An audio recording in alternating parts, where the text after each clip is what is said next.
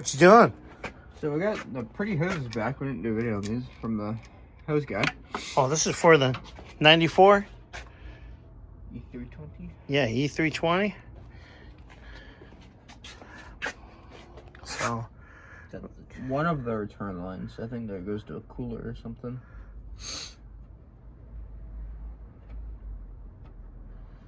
That thread in there. And then the rack is somewhere down there. I didn't really look. it's down there. I saw it. And you put a light. But yeah, Phillips. we're gonna get these lines up top and then probably push it over to put it on the lift.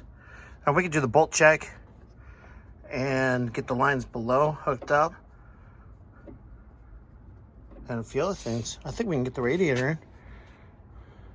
Well, we'll see. We have a little of this inside, so we can go through everything. All right, guys. Dang, Xander.